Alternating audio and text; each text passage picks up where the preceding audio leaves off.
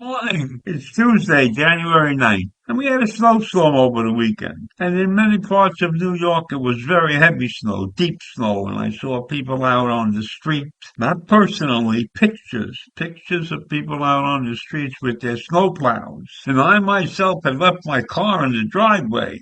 Then I decided I was going to put it in because who knows how many feet of snow I was going to have. At the time that I put it into the garage, there was an inch of snow on the driveway. Now, as I'm sitting here ranting, the driveway is clean. I didn't clean it. It just melted away. So I feel sorry for those people that had like a foot of snow or 2 feet of snow, or whatever it is that hit those areas. But this snowfall is not, I do not consider what we had on Long Island in my area a disaster of any kind, and I don't think it was a major breakthrough. I wouldn't call it even a snowstorm. I call it a snowfall. And right now, as I'm looking out of my den window, it's gray. It's a gray day, a gray morning, and who knows? Maybe more snow is coming today, and maybe not. But let me get on to some other major topic. This is a scary story. When I was working, I had to fly many, many times. I went all over the country. It was my job to visit clients from the Northeast to the Southwest to the West Coast. And I did that, and I never minded flying. And I had very few bad flying experiences. There was only one time where a plane was delayed for a couple of hours, and I was stuck in an airport. And it looked like I was going to have to be stuck there overnight. And that would have been a tragedy because I had to teach a college class the next day and I didn't want to miss that. So when I read this article, I can understand why people would be scared to fly. This is the story of the plane that had a door that flew off while it was up in the air transporting people around. And what could be more scary than that? And this door was found in the backyard of somebody's home in Portland, Oregon. So that's no minor disruption. That's a disaster. And that will scare the hell out of people if doors fly off airplanes. So I don't know what they're going to do about that. Maybe should have left doors on the airplanes or something. I don't know what they're going to do to set people's minds at ease. Maybe they've got to have some inspection stickers put on the plane so that people will feel comfortable flying. But just the thought of it. I saw a picture of this door that disappeared, this opening. It was right next to a seat. It was obvious to me that a person could have followed the door right out into space. That would have unsettled many, many people. And maybe they should give a special discount if you're willing to sit near a door. I don't know. I don't know how the airlines overcome these kinds of disasters. So the FAA ordered all Boeing 737 MAX 9 aircraft to be grounded until they are all carefully inspected. Now, I don't know how many of these planes that means that Boeing is going to have grounded. I don't know. Boeing's primary regulator faces intense scrutiny over its own recent series of airline delays and near misses between planes.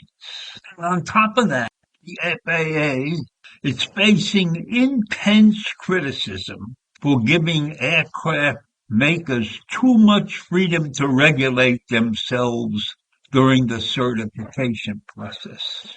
Now that's a form of insanity in my mind. Yes, these people are responsible for building a safe and secure aircraft. But do I want the same person that built the plane to be responsible for certification of the plane? That's not the way it should be done. That action should be taken over by a third party. You build something, you do the best possible job, you inspect it and everything, you do that. But then, when people's lives are at stake, there must be a third party check. Somebody who checks your work. Somebody who is not concerned with profit margins or the amount of time it takes to do these jobs, etc.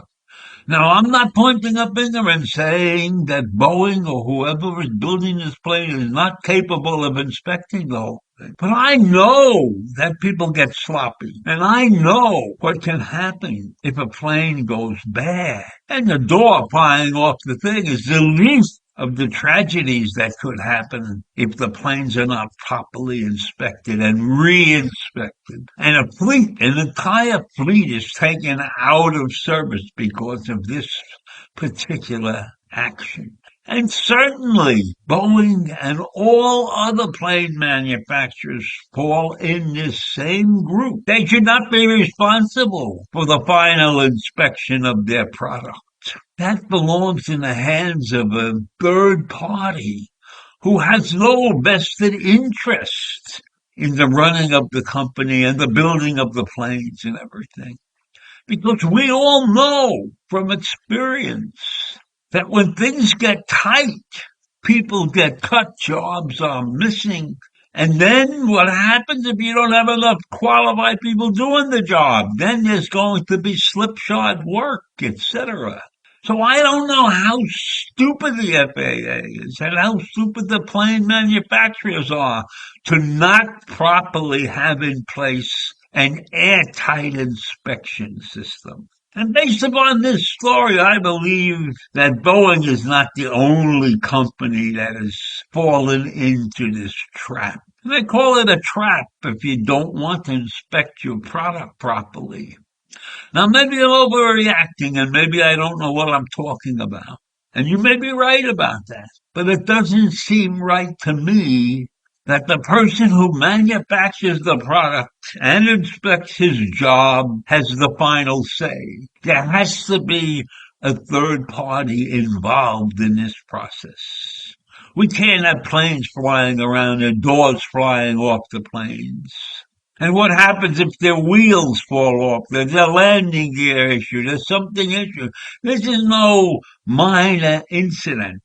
This is something that should make the airline industry wake up and recognize their responsibilities to the flying public and to the public that's on the ground, because those people are in danger when the planes fail. So I leave you with that this morning. It's your stressful story about the safety of flying, and I love to fly. Have a great day. Bye.